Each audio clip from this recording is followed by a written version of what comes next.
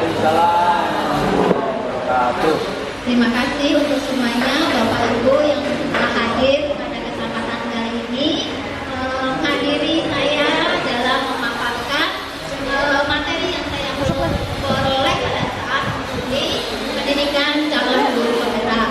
Di sini adalah aksi nyata yang harus saya lakukan berkaitan dengan materi tentang budaya positif.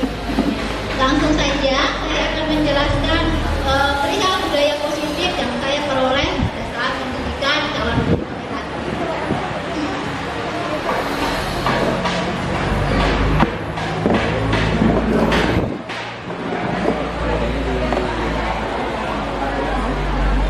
Konsep inti tentang budaya positif itu ada beberapa macam Bapak Ibu ya. Di sini ada perubahan paradigma belajar, kemudian disiplin positif, nilai-nilai kebajikan, kemudian ada kebutuhan dasar manusia, ada motivasi perilaku manusia, kemudian posisi kontrol seorang guru, kemudian ada keyakinan kelas, dan yang terakhir tentang restitusi ketiga restitusi. Nah, kita akan bahas satu persatu kaitannya dengan konsep inti budaya positif tersebut.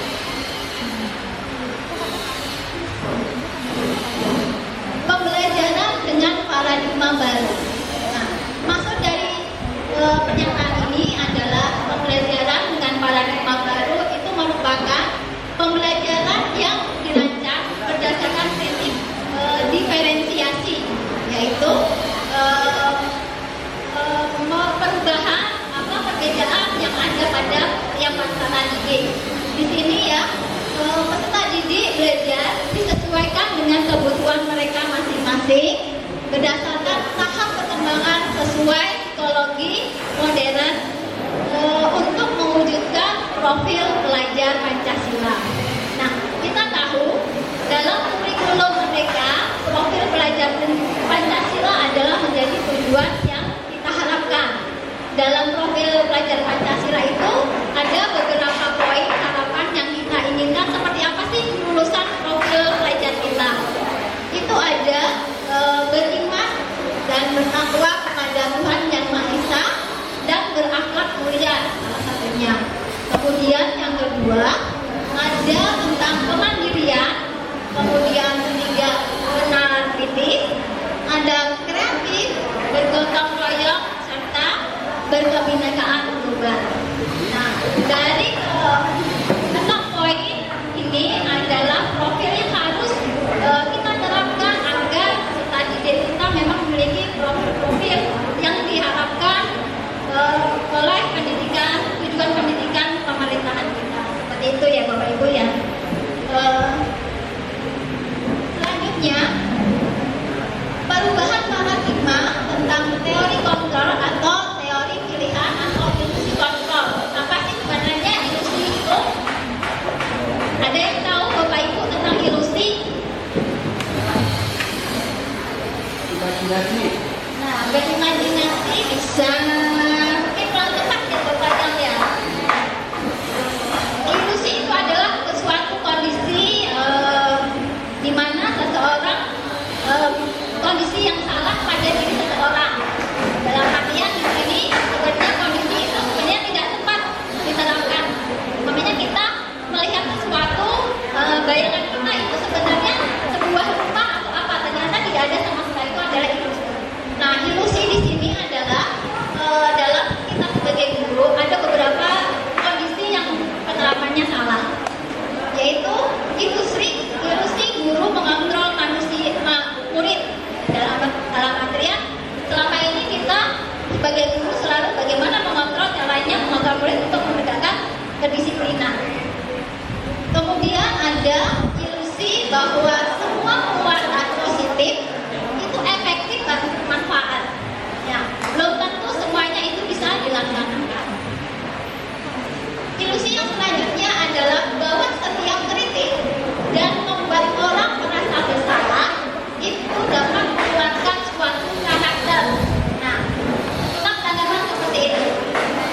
Nah, ilusi yang keempat adalah bahwa orang dewasa memiliki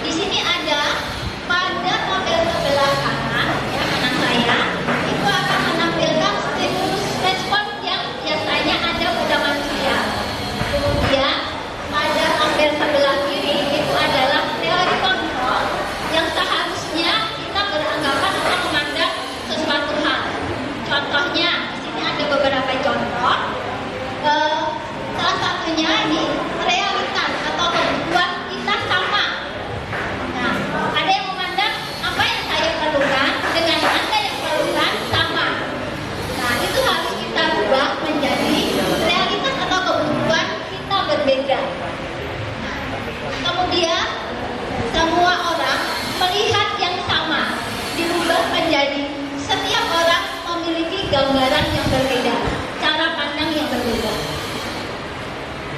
Kemudian kita mencoba mengubah orang agar berpandangan sama seperti kita.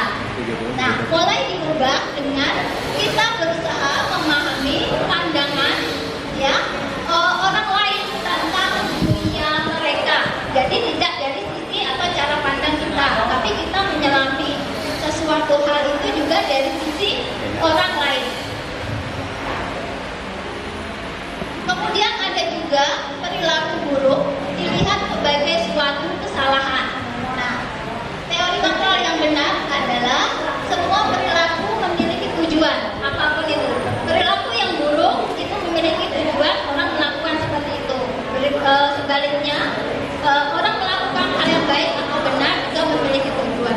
Nah, cara pandang kita harusnya apapun yang dilakukan setiap orang itu pasti memiliki tujuan. Selanjutnya, orang lain mengontrol saya. Nah, teori kontrolnya yang benar adalah hanya Anda atau hanya saya yang bisa mengontrol diri saya, atau hanya Anda yang bisa mengontrol diri Anda. Orang lain tidak berhak untuk mengontrol apa yang ada pada dirinya. Pemaksaan ada pada saat bukan gagal. Harusnya kolaborasi dan konsensus, ya, kesepakatan itu menciptakan banyak pilihan baru yang tidak harus dipaksakan. Yang terakhir, model berpikir menang dan kalah. Nah, kita beranggapan sesuatu itu pasti ada menang dan kalah. Nah, mulai dirubah, yaitu berpikir bahwa pola berpikir menang dan menang. Seperti itu cara kita membuat teori kontrol pada diri kita, ya, biar tidak menimbulkan stimulus respon yang negatif.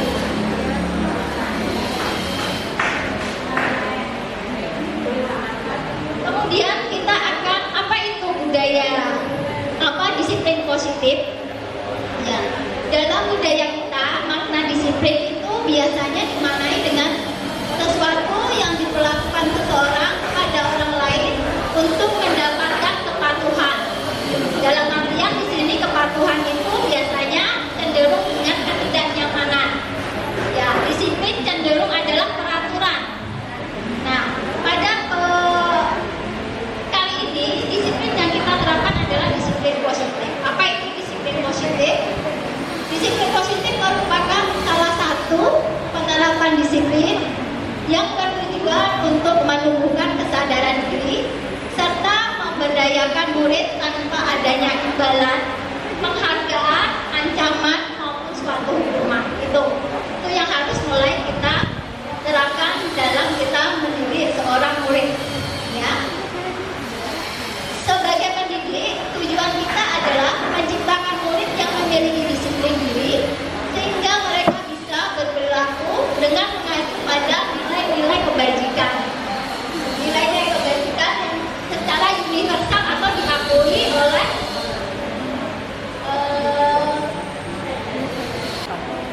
Nah, di sini ada tabel diagram tentang disiplin positif yang di teori ini dari teori Dr. William Benson. Nah, dari teori beliau itu menghasilkan ada beberapa, yaitu yang pertama adalah Anda tidak bisa mengontrol orang lain, hanya Anda yang bisa mengontrol diri Anda. Itu yang perlu di garis bawahi. Di sini makna disiplin belajar kontrol diri dengan menggali potensi kita agar tercapai tujuan mulia, yaitu sesuatu menjadi seseorang yang kita inginkan berdasarkan nilai-nilai yang dihargai. Itu seperti apa? Kemudian teori yang kedua itu semua perilaku memiliki tujuan. Nah, tadi saya jelaskan tujuan dari suatu tindakan itu apa? Suatu tindakan itu memiliki tujuan, dan tujuan itu pasti ada motivasi. Nanti akan kita bahas tentang teori motivasi. Kemudian model berpikir menang dan menang, kemudian kolaborasi dan konsensus menciptakan pilihan yang baru. Ini kaitannya dengan 5 posisi kontrol. Ya, nanti akan kita bahas juga satu. Selanjutnya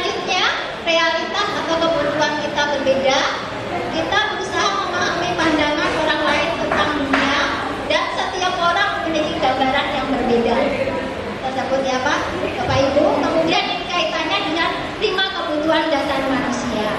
Nah, ini adalah teori yang dikembangkan oleh Dr. William Glasser. Nanti kita bahas apa saja isi dari teori-teori yang beliau buat ini.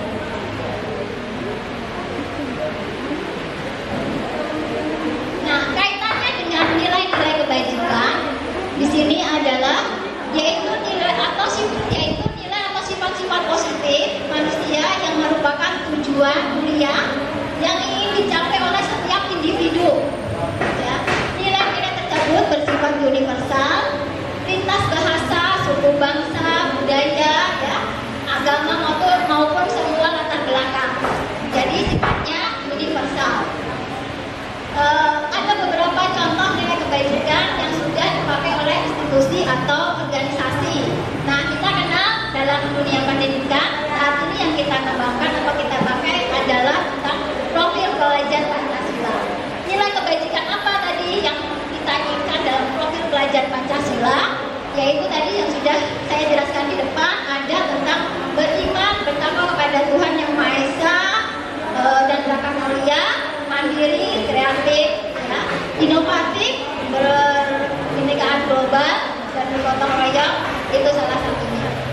Kemudian ada juga dari institusi IBO, Primary Yes Program, itu menerapkan tentang toleransi, rasa hormat, integritas, mandiri, menghargai, antusias, empati, keingintahuan, kreatif, kerjasama, dan komitmen. Ada juga 9 pilar karakter. Nah, nilai kebajikan yang ingin diterapkan itu adalah cinta Tuhan dan segenap ciptaannya, kemudian kemandirian dan tanggung jawab, kejujuran atau amanah, kemudian diplomatis, hormat dan santun, dermawan, suka menolong, gotong royong, percaya diri, kreatif, pekerja keras, kepemimpinan dan keadilan, baik dan rendah hati, toleransi, kedamaian dan kesatuan. Nah, itu adalah nilai-nilai kebajikan yang ingin diterapkan. Dalam kurikulum sebelumnya, kurikulum 2013 juga ada nilai-nilai kebajikan. Kalau kita ingat, setiap RTP pasti harus memunculkan karakter apa yang ingin kita terapkan pada anak muncul, ada gotong royong dan sebagainya. Tapi tidak mencantum di dalam penerapan kurikulum yang benar-benar ditonjolkan. Meskipun karakter itu hal yang utama, tapi tidak diterapkan dengan secara tersendiri atau terstruktur. Nah, di kurikulum Merdeka ini penerapannya sudah dari awal adalah untuk menerapkan profil pelajar Pancasila yang memiliki nilai kebajikan seperti yang saya jelaskan tadi.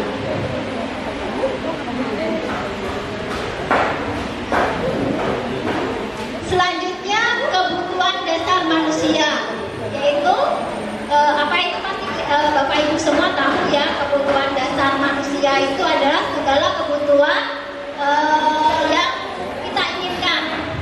Nah, seluruh tindakan yang kita lakukan ini memiliki tujuan tertentu. Semua usaha terbaik yang kita lakukan adalah dalam rangka agar kebutuhan dasar kita terpenuhi dengan baik. Nah, kebutuhan dasar ini ada 5. Saya akan jelaskan selanjutnya. Di sini ada bertahan hidup, kasih sayang, kemudian kekuasaan, kebebasan, dan kesenangan. Ini adalah hal poin utama apa yang menjadi kebutuhan kita sebagai manusia. Ya, akan saya contohkan beberapa tahapan 5 kebutuhan dasar tadi. Dan kelima ini adalah satu hal yang itu sifatnya material. Yang 4 lagi adalah bersifat psikis. Ya, bertahan hidup itu tentu saja kebutuhan makan, pangan, sandang, papan, itu adalah bertahan hidup. Kemudian rasa terima kasih, ya.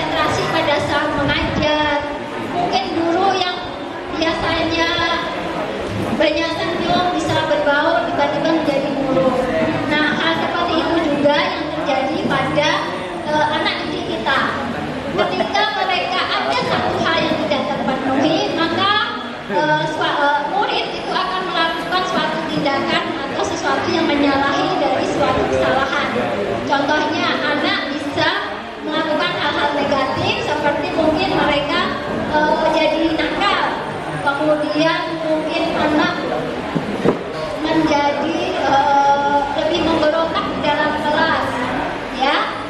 Kemudian anak mudah marah, seperti itu, anak murung. Nah, itu ada sesuatu hal yang di luar lingkungan sekolah maupun di dalam lingkungan sekolah itu yang tidak dipenuhi kebutuhan, seperti itu.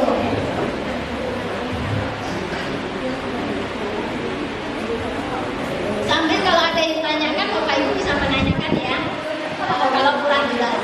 Perilaku manusia, apa itu motivasi? Yaitu tentang kekuatan yang mendorong seseorang untuk bertindak, mencapai tujuan atau melakukan aktivitas tertentu. Di sini ada 3 motivasi yang mendorong kita untuk melakukan sesuatu hal. Yang pertama adalah motivasi untuk menghindari ketidaknyamanan atau hukuman. Nah, biasanya motivasi ini muncul karena ada faktor dari eksternal, ya.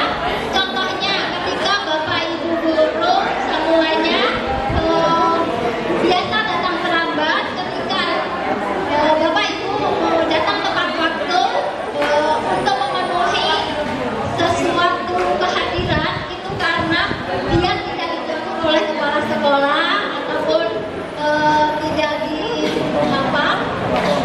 dipotong gajinya. Nah, itu adalah faktor karena dari eksternal, bukan dari diri atau kemauan diri.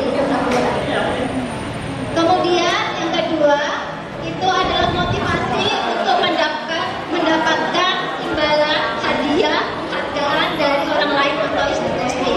Ya, ketika melakukan sesuatu hal, kemudian didorong oleh faktor karena mendapatkan suatu imbalan, maka itu adalah faktor yang muncul karena dari pihak luar atau eksternal. Nah, yang paling bagus adalah motivasi itu untuk menghargai diri sendiri.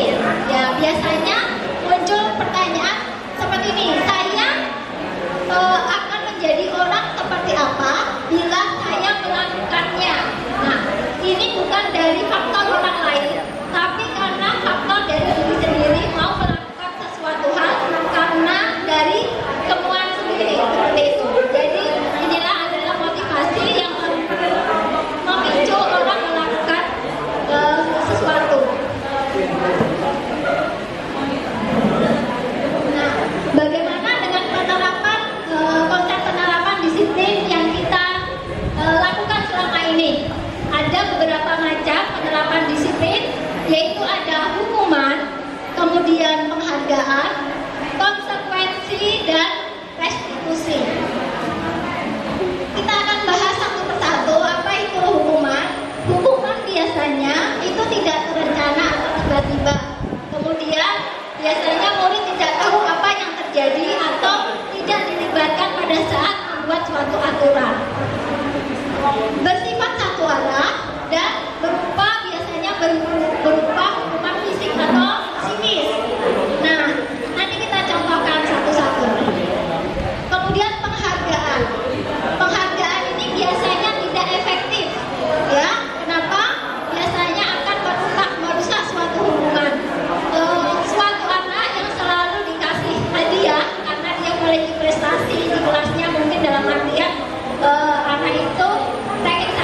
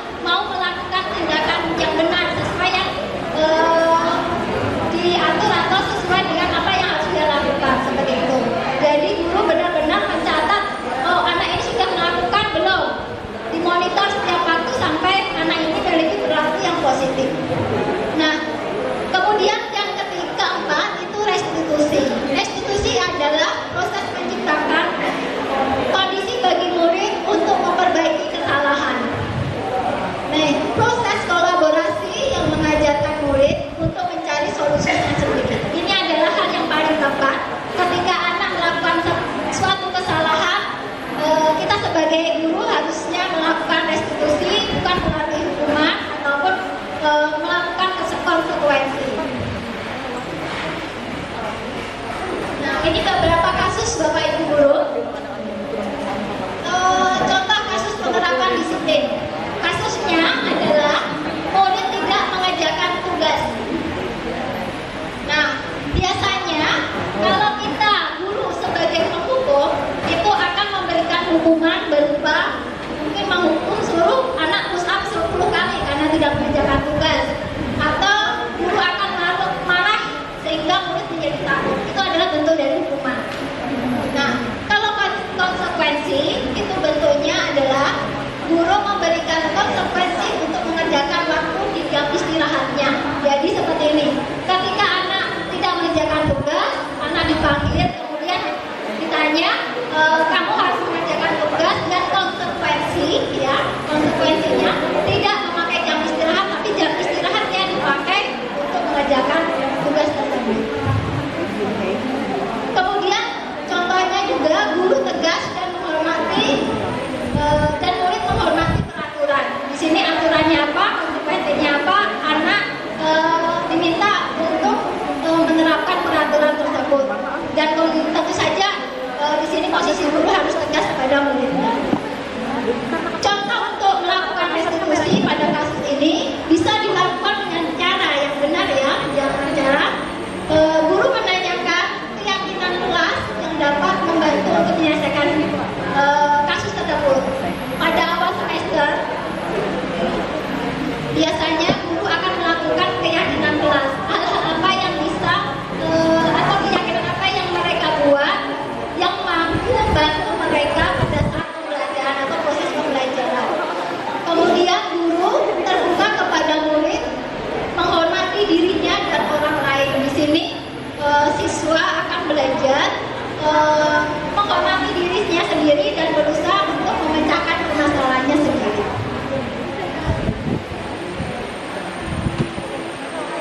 Nah, di sini dijelaskan apa itu restitusi. Restitusi adalah proses menciptakan kondisi bagi murid untuk memperbaiki kesalahannya sehingga mereka bisa kembali kepada kelompoknya menjadi karakter yang lebih kuat, seperti itu. Kemudian restitusi juga merupakan proses kolaborasi, yaitu atau kerjasama yang mengajarkan murid untuk mencari solusi atas masalah yang mereka hadapi dan membantu murid tentang orang seperti apa yang mereka inginkan untuk mencapai suatu tujuan yang mulia. Nah, di sini bagaimana mereka harus memperlakukan orang dan bagaimana mereka harus mencari solusi dari permasalahannya dibantu dengan guru. Guru akan kolaborasi dengan murid membantu bagaimana anak itu memecahkan masalahnya sendiri, di mana tidak memberatkan bagi anak tersebut.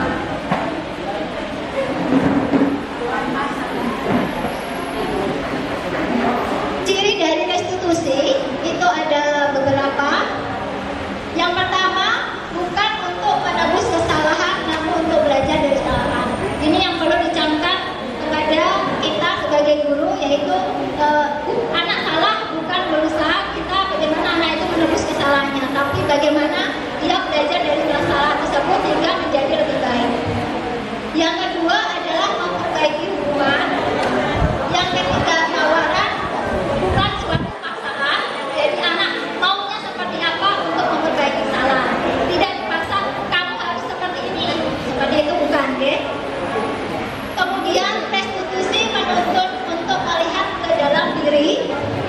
Restitusi mencari kebutuhan dasar yang mendasari tindakan.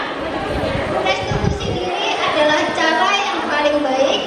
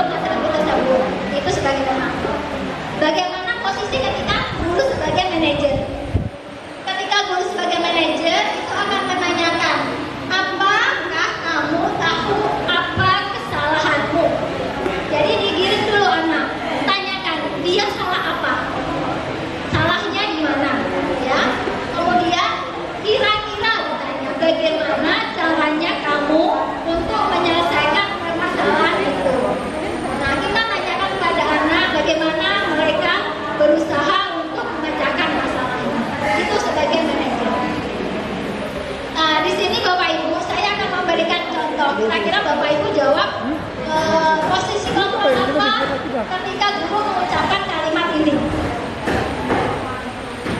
Nah, saya kecewa sekali dengan kamu karena melakukan posisi kontra sebagai Buat bersalah. membuat merasa bersalah. Ada kalimat kamu mengecewakan ibu, kamu telah mengecewakan bapak. Itu ya. Contoh selanjutnya, apa rencanamu untuk menyelesaikan masalah ini? Adalah posisi kontrak dia sebagai manajer. Betul. Ya. Jadi Anda ditanyakan, bagaimana kamu memecahkan masalah ini? Rencanamu apa? Itu kalau kita posisi sebagai manajer.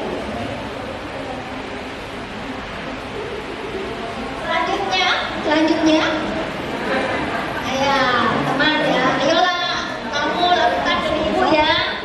Biasanya kan kalimat ini tidak tegang, di bawah santai.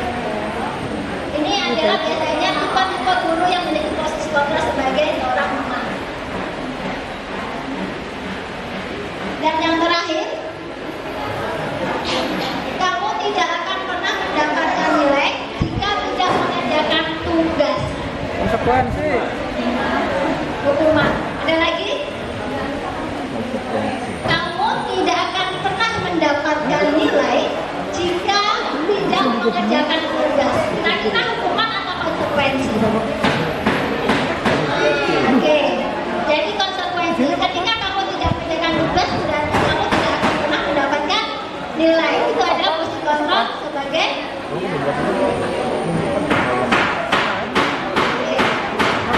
selanjutnya kita akan memasuki pada tahap keyakinan kelas. Apa itu keyakinan kelas dan kenapa tidak peraturan kelas? Mungkin Bapak Ibu sudah ada yang menerapkan tentang keyakinan kelas ini. Apakah ada yang sudah menerapkan? Sudah. Ya sudah. Mungkin ini sudah hal yang tidak asing lagi bagi kita, tapi beberapa juga mungkin masih apa sih itu keyakinan kelas. Nah, kita lanjut Bapak Ibu. Untuk pertanyaan pematik di sini ada pertanyaan, mengapa kita memiliki peraturan tentang penggunaan helm pada saat mengendarai kendaraan roda 2 atau sepeda motor? Itu yang pertama. Kemudian yang kedua, mengapa kita memiliki peraturan tentang penggunaan masker dan mencuci tangan setiap saat? Kira-kira dari pertanyaan pematik ini, kalau berdasarkan faktor eksternal, orang akan melakukan yang pertama akan menggunakan helm itu karena biasanya karena takut polisi, takut kena tilang. Itu adalah suatu tindakan dia melakukan tersebut karena dorongan sesuatu hal dari faktor eksternal. Tapi ketika dia melakukan tindakan tersebut karena dari faktor internal, dia akan beranggapan memakai helm itu karena untuk keselamatan, ya. Kemudian untuk menjaga keamanan seperti itu. Itu karena faktor dari internal. Begitu juga yang di bagian bawah, pertanyaan pematik yang kedua, itu kenapa kita memakai masker? Kalau dari faktor internal, itu biasanya karena kita ingin menjaga kesehatan, keselamatan ya, dari hal-hal atau penyakit di luar seperti itu.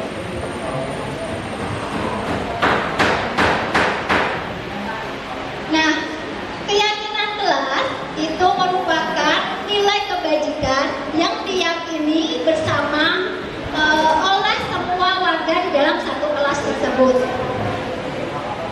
Kemudian keyakinan kelas itu untuk mendukung motivasi intrinsik dari dalam, ya, untuk mengembalikan siswa atau murid kita kepada nilai-nilai atau keyakinan-keyakinan yang lebih menggerakkan seseorang dibanding mengikuti serentetan peraturan. Itu keyakinan. Nah, bentuk keyakinan kelas yang dibuat itu sifatnya biasanya bersifat abstrak.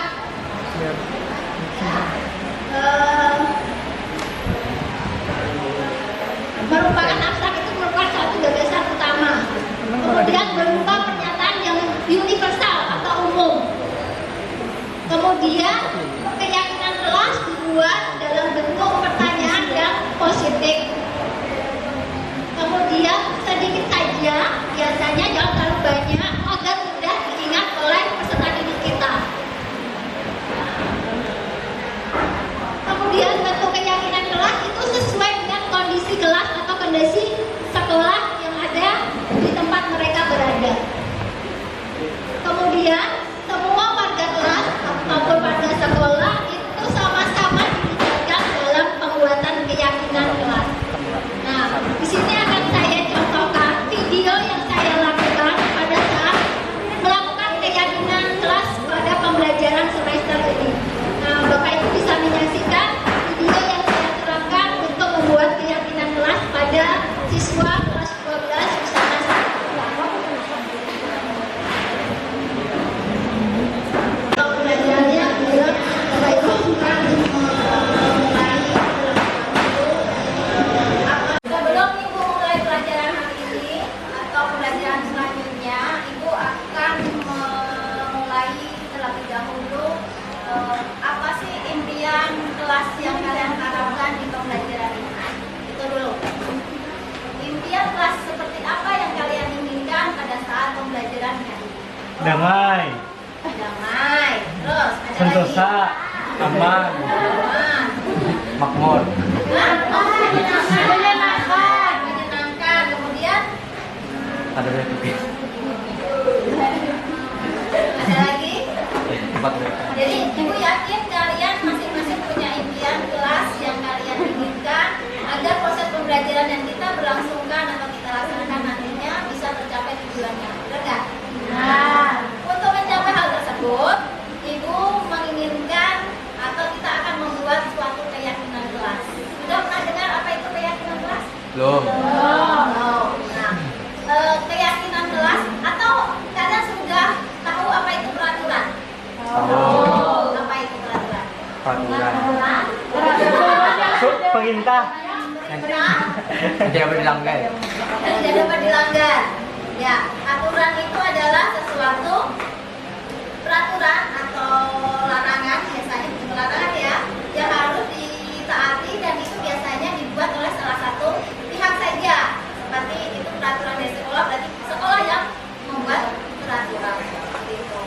Nah, di sini kita tidak akan membuat peraturan kelas, tapi kita akan lebih pada pembuatan keyakinan kelas. Apa itu keyakinan kelas? Belum pernah tahu ya? Keyakinan kelas berbeda dengan peraturan kelas. Keyakinan kelas adalah sesuatu hal yang kalian yakini dan kalian sepakati dan kalian akan jalankan dengan kesadaran diri tanpa ada paksaan karena kalian sudah membuat kesepakatan secara bersama-sama. Nah, keyakinan kelas itu yang nantinya akan menjalankan proses pembelajaran di kelas bisa berjalan dengan lancar. Ya. Nah, keyakinan kelas itu adalah hal-hal yang positif. Contohnya tadi dari impian tadi, kalian buat keyakinan apa yang bisa membuat kalian nanti pembelajaran itu berasa menyenangkan. Contohnya, datang tepat waktu itu keyakinan kelas. Kemudian kekompakan keyakinan kelas. Kemudian ada juga mungkin kalian akan gimana membuat kelas itu nyaman, mungkin penggunaan HP di silent atau HP dikumpulkan. Nah, itu semua kalian sepakati. Kalian masing-masing akan membuat keyakinan apa yang kalian mau. Kemudian kalian tulis nanti kalian di lembar kertas ini dan kita tempel di depan. Kemudian akan kita buat, akan kita analisis mana yang mirip dan itu akan menjadi keyakinan yang kalian sepakati bersama. Kira-kira setuju nggak?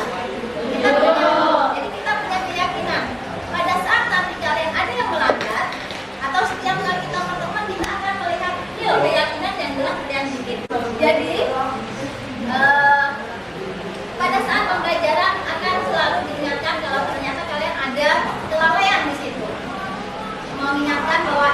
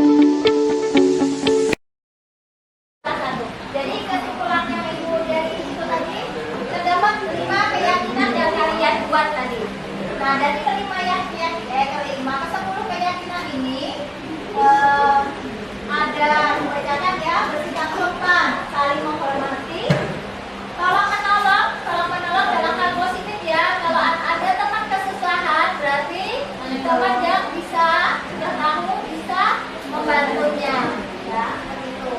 Menjaga kebersihan, jadi ada yang mengajarkan kelas bersih, rapi, gitu. Kelas damai, tenang, rapi, bersih. Ini salah satu kebersihan di sini ya. Menjaga kebersihan ini apa? Menjaga kebersihan, otomatis rapi juga. Mengembalikan alat pada tempatnya.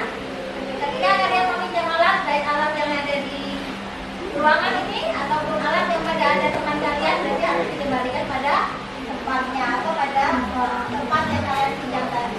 Membawa peralatan lengkap masing-masing. Jadi tidak boleh ada yang harus ketinggalan. Pada saat kalian nanti ketinggalan, ibu akan menanyakan keyakinan yang sudah kalian buat. Oke. HP di silent. Kita sepakati, HP mau dikumpul atau HP harus di silent dan tidak dipegang pada saat pembelajaran. Seperti apa? Tapi harus konsisten. Ibu mau kalian konsisten, tidak mau ibu melihat pada saat ibu belajar di kelas tiba-tiba kalian megang HP yang bukan pada waktunya. Karena mungkin pembelajaran ibu nanti akan dikaitkan dengan penggunaan HP. HP silent atau HP dikumpulkan? Silent. Oke. Berpakaian rapi tentu saja, ya, dan saling mengingatkan dalam hal artian apabila ada teman yang lupa, lalai, jika belum dikerjakan, kalian harus saling mengingatkan. Nah, ini adalah kesepakatan kelas yang telah kalian bikin dalam satu kelas tadi. Kira-kira kalian menyetujui tidak? Ada yang tidak setuju? Dari ke-10 keyakinan ini. Sebenarnya keyakinan ini termasuk banyak ya. Keyakinan ini harusnya sesuatu hal yang tidak perlu banyak sekali tapi mudah diingat. Segini cukup? Kebanyakan? Ada Pas. Kurang. Oke. Kurang Berarti kita akan sepakati ini adalah kesepakatan kalian yang merupakan bagian dari keyakinan kelas yang telah kita bikin di dalam kelas kita nantinya dan akan berjalan sampai tahun depan, sampai setahun ini, ya. Jadi semester ini, kemudian semester berikutnya.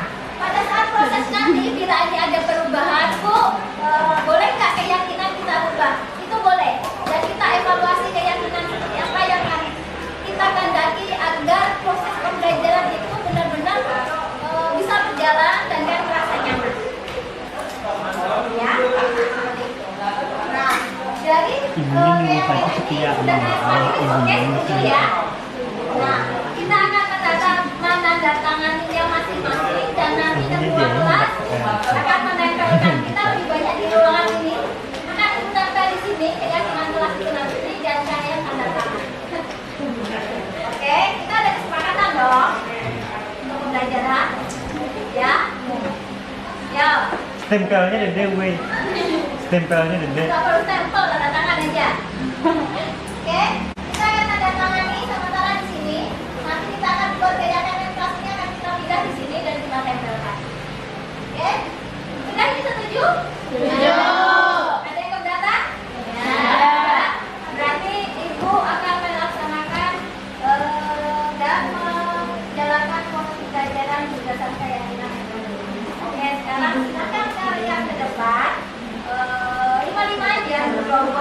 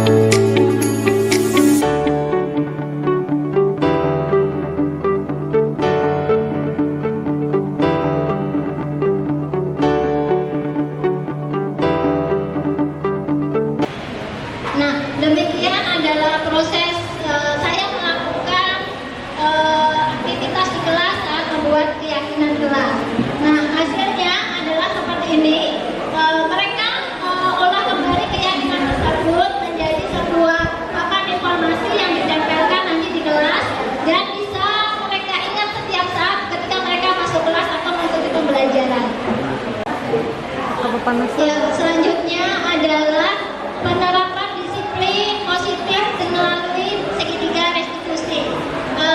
Segitiga restitusi ini adalah suatu proses dialog antara guru dengan murid yang dijalankan untuk membuat murid merasa dia mandiri dan bertanggung jawab terhadap apa yang telah dia lakukan. Nah, restitusi ini dilakukan melalui 3 tahap. Yang pertama dengan menstabilkan identitas, kemudian yang kedua validasi tindakan yang salah, dan yang ketiga dengan menanyakan keyakinan mereka. Nah, di sini adalah bagaimana menstabilkan identitas anak ketika anak berbuat salah. Jadi beberapa pertanyaan yang kita sampaikan kepada anak pada posisi tahapan ini bisa dilihat pada layar di depan, yaitu guru bisa bertanya dengan cara seperti ini, ibu-ibu, bapak semua, yaitu nak, berbuat salah itu adalah hal yang manusiawi, seperti itu untuk menstabilkan identitas mereka. Atau bisa juga dengan cara semua orang pernah melakukan suatu tindakan yang salah, seperti halnya ibu juga melakukan tindakan yang salah. Itu bisa seperti itu kalimat untuk menstabilkan identitas mereka, bahwa mereka melakukan kesalahan itu adalah hal yang normal, seperti itu Bapak Ibu.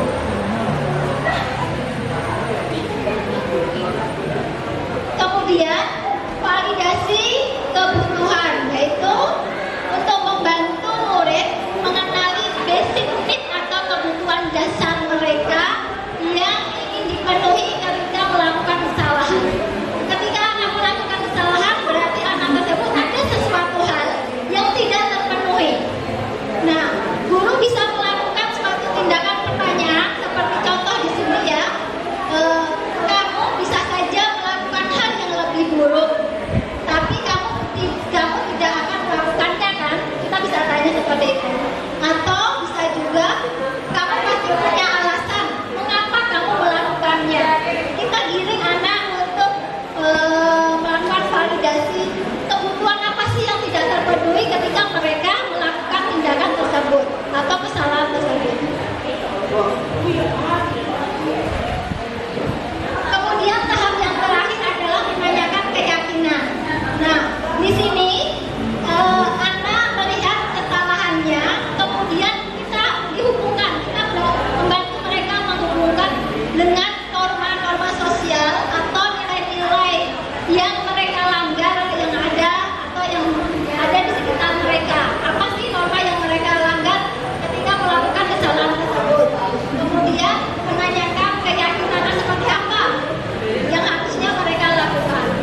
Nah, guru bisa bertanya dengan cara apa nilai yang kita percaya di kelas atau di sekolah kita. Bapak Ibu, tadi ada contoh keyakinan kelas. Ketika anak melanggar, kita bisa menanyakan. Contohnya di keyakinan kelas saya ada menerapkan disiplin.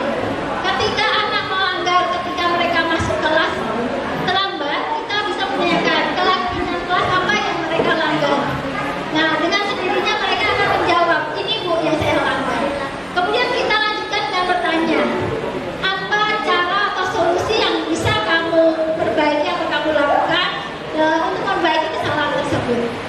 Nah, itu adalah hal-hal yang bisa kita lakukan untuk mengembalikan anak dengan keadaan yang semestinya, yang sesuai dengan nilai kebajikan apa yang sudah kita inginkan atau institusi kita inginkan, yaitu tadi mewujudkan profil belajar Pancasila. Berikut contoh saya melakukan restitusi kepada anak. Ada kasus di sini adalah ketika anak mengganggu temannya, mengganggu dalam artian dia meminjam peralatan pada saat praktek. Ya, seperti ini yang saya lakukan ketika anak tersebut melakukan kesalahan.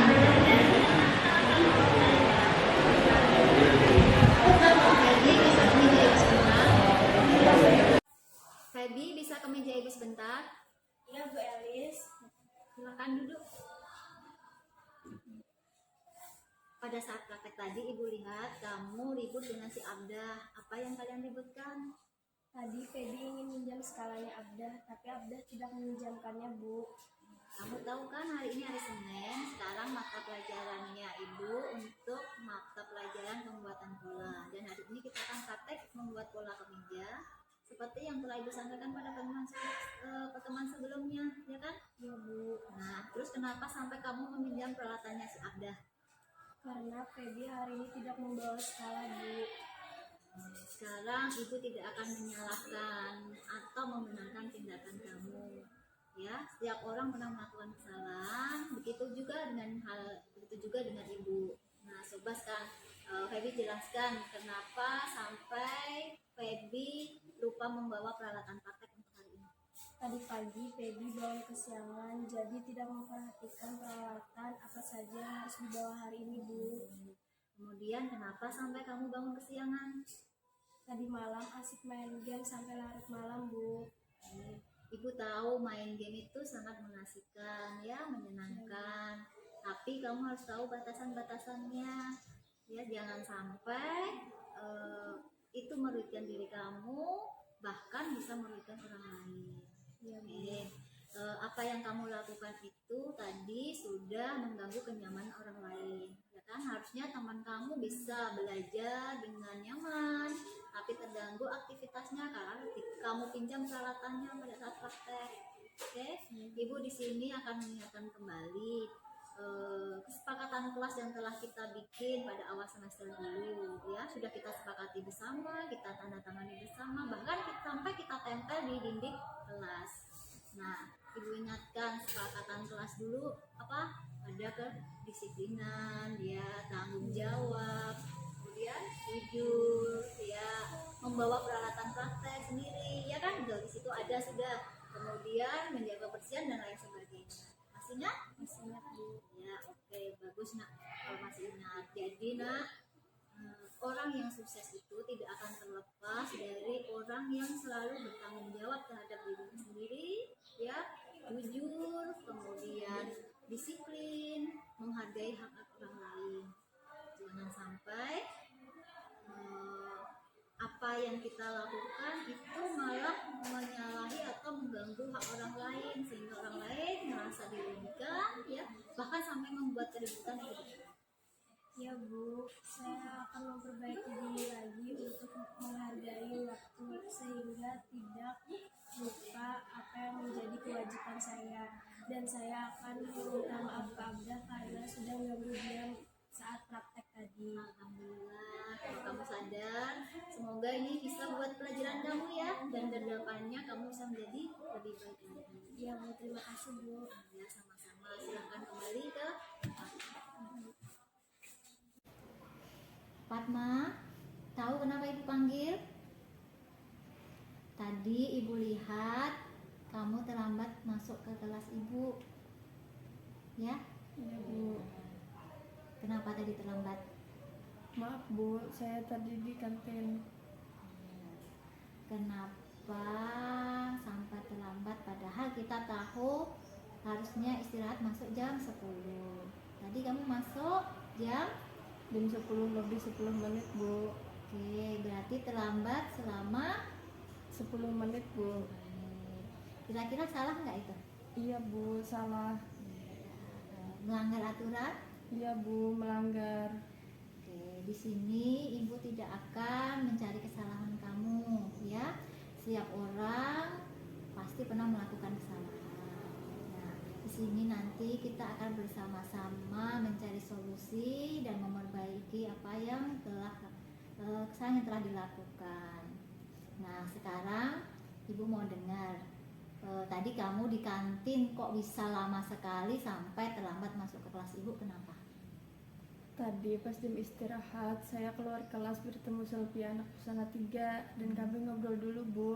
Setelah itu baru saya ke kantin. Saat saya menunggu soto saya jadi, ternyata bel masuk telah berbunyi. Jadi saya menunggu soto saya diantar dan menghabiskannya dulu, Bu. Oke, berarti kamu tadi ngobrol dulu, ya, kemudian bawa ke kantin, akhirnya terlambat. Iya. Di Di sini Ibu mau menjelaskan atau mengingatkan kamu kembali tentang kesepakatan kelas yang telah kita bikin dulu di awal kita pertemuan pertama kali. Ya, kesepakatan kelas itu kemarin sudah kalian tanda tangani bersama-sama dan sudah kalian sepakati. Bahkan sudah sampai kalian tempel di dinding biar pada ingat. Masih ingat nggak kira-kira salah satunya apa bunyinya? Disiplin dan tepat waktu, Bu. Iya, benar sekali. Disiplin, tepat waktu itu salah satunya ya. Ada tanggung jawab, kemudian aja mengumpul tugas tepat waktu, ya itu salah satunya adalah disiplin. Nah, disiplin itu adalah kegiatan atau aktivitas salah satunya masuk di jam pelajaran Ibu tidak terlambat. Oke. Ibu hanya akan mengingatkan kamu bahwa orang sukses itu tidak datang serta-merta sukses begitu saja, tetapi harus dengan perjuangan. Salah satunya kedisiplinan, juga ada tanggung jawab, ketekunan, bahkan sampai kerja keras. Nah, itu nanti akan membuahkan hasil menjadi orang yang sukses. Ya, benar begitu Fatma? Iya, Bu. Saya akan memperbaiki diri jadi lebih baik lagi, tidak akan masuk ke kelas terlambat, dan menjalankan apa yang sudah menjadi kesepakatan di kelas, Bu. Terima kasih sudah diingatkan. Ya, sama-sama. Semoga kamu bisa memperbaiki diri lagi ya, menjadi lebih baik. Semoga apa yang sudah dilakukan menjadi pembelajaran kamu. Oke? Iya. Dan tidak diulang kembali. Seperti itu. Oke? Terima kasih, Bu. Ya, sama-sama. Permisi, Bu. Silakan. Demikian contoh restitusi, segitiga restitusi yang saya lakukan. Sampai di sini mungkin ada Bapak Ibu yang mau ditanyakan tentang apa yang saya paparkan di depan mengenai disiplin positif kepada anak. Mungkin ada yang mau ditanyakan? Apakah cukup jelas dengan contoh-contoh yang ada tadi dengan video yang saya tampilkan? Oke, kalau merasa tidak ada pertanyaan, di bagian penutup saya mencontoh atau meniru apa yang dimaksud dari yang diterapkan pada standar pendidikan nasional, yaitu dalam penerapan program disiplin positif. Hendaknya guru memiliki standar kepribadian, profesional dan sosial yang baik, di mana guru mampu merefleksikan dirinya dalam posisi kontrol saat ini. Ya, bagaimana perjalanan dirinya sebagai alum atau sebagai manajer untuk menuntun murid-muridnya menjadi insan yang mandiri, merdeka dan bertanggung jawab, serta mengantarkan murid-murid menjadi pribadi-pribadi yang nantinya memiliki keselamatan dan kebahagiaan setinggi-tingginya dalam hidup mereka. Demikian, terima kasih Bapak Ibu semua pemaparan dari saya. Semoga apa yang saya sampaikan bermanfaat dan menjadikan kita mampu menerapkan disiplin di sekolah kita. Tidaknya secara skala kecil kita bisa mampu menerapkannya di dalam kelas tentang nilai-nilai kebajikan, kedisiplinan positif apa yang bisa diterapkan. Demikian Bapak Ibu, terima kasih. Wassalamualaikum warahmatullahi wabarakatuh.